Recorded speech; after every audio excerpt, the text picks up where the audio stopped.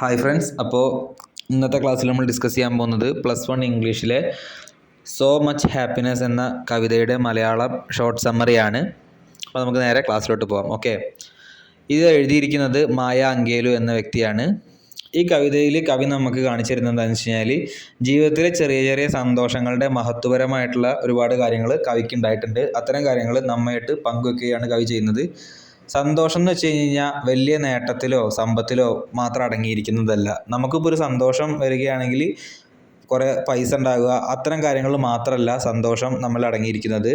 നേരെ മറിച്ച് പ്രകൃതി സ്നേഹം, അതുപോലെ തന്നെ നല്ല സൗഹൃദങ്ങൾ, ഫ്രണ്ട്സായിട്ടൊക്കെ അങ്ങനെ വർത്തമാനം പറയുക, അതൊക്കെ നമുക്ക് നല്ല സന്തോഷം തരുന്ന കാര്യങ്ങളാണല്ലോ. അത്തരം കാര്യങ്ങളിൽ കൂടി സന്തോഷം ഉൾപ്പെട്ടിരിക്കുന്നു എന്ന് കവി ഇവിടെ പറയുന്നു. അതുപോലെ തന്നെ മനുഷ്യർ പലപ്പോഴും ജീവിതത്തിലെ പ്രശ്നങ്ങളിലും ദുഃഖങ്ങളിലും മാത്രം ശ്രദ്ധ കേന്ദ്രീകരിക്കുന്നതും കവി ഈ കവിതയിലൂടെ നമുക്ക് പറഞ്ഞു തരുന്നു.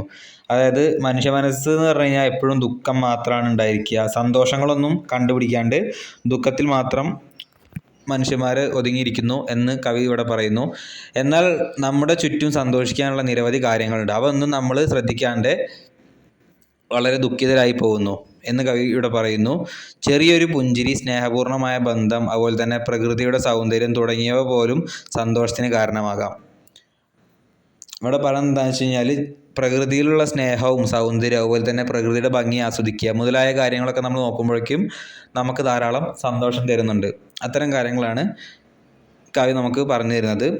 ഇതിൻ്റെ പ്രധാന സന്ദേശം എന്താണെന്ന് നമുക്ക് നോക്കാം. ജീവിതത്തെ സ്നേഹിക്കുകയും ഓരോ നിമിഷത്തിലും സന്തോഷം കണ്ടെത്തുകയും ചെയ്യുക എന്നതാണ് കവിയുടെ പ്രധാനമായിട്ട് നമുക്ക് സന്ദേശം പകർന്നു തരുന്നത്.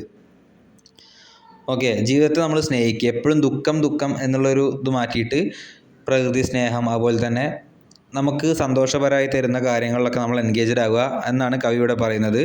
അതുപോലെ തന്നെ സന്തോഷം പുറത്തു നിന്ന് ലഭിക്കുന്ന ഒന്നല്ല, നമ്മുടെ മനോഭാവത്തിലൂടെയും ചുറ്റുമുള്ള നല്ല കാര്യങ്ങളെ കാണുന്ന രീതിയിലൂടെയും അത് കണ്ടെത്താൻ കഴിയും. ഓക്കെ, ഇത്രയും കാര്യങ്ങളാണ് ഇതിൻ്റെ ഷോർട്ട് സമ്മറി ആയിട്ട് വരുന്നത് മലയാളം. Okay, thank you.